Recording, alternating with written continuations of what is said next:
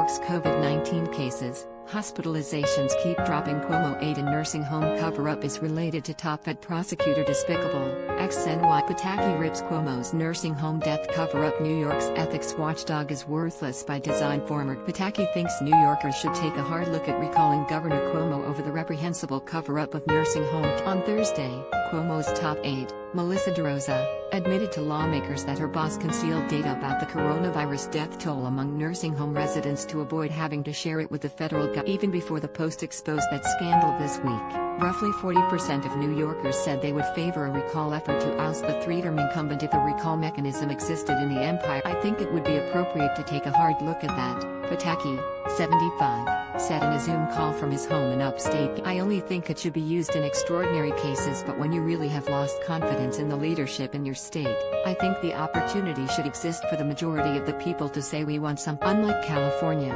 New York has no legal procedure for recalling elected officials mid. A serious effort to create such a process was instigated by Pataki, who pushed a state constitutional amendment in 2002 to allow for a popular referendum. The idea was promptly nuked by crooked then Assembly Speaker Sheldon Silver.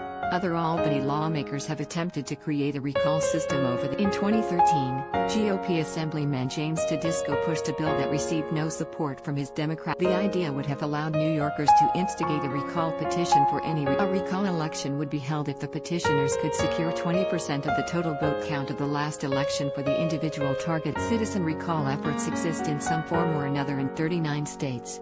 Creating a recall process in New York would require a constitutional amendment bill passed in successive. Though he can't be recalled, Cuomo could be impeached under a current, but rarely used, provision of the state constitution. At least one state Republican lawmaker has already called for it. Pataki said that short of recall, it was increasingly urgent for city and state voters to make a change in the 2021 mayor's race and 2022. Crime is through the roof. You have mentally ill people on the street harassing you, and this is 6th Avenue and Midtown in the middle of the day. Pataki, there is a tremendous concern that things are not as they should be, and it's not because of COVID. Pataki said his friends were all decamping to other states to escape withering taxes and New York's high cost of living. I can't tell you the number of my friends who are looking in Florida. These are committed New Yorkers. They're not the super wealthy who can fly privately back and forth.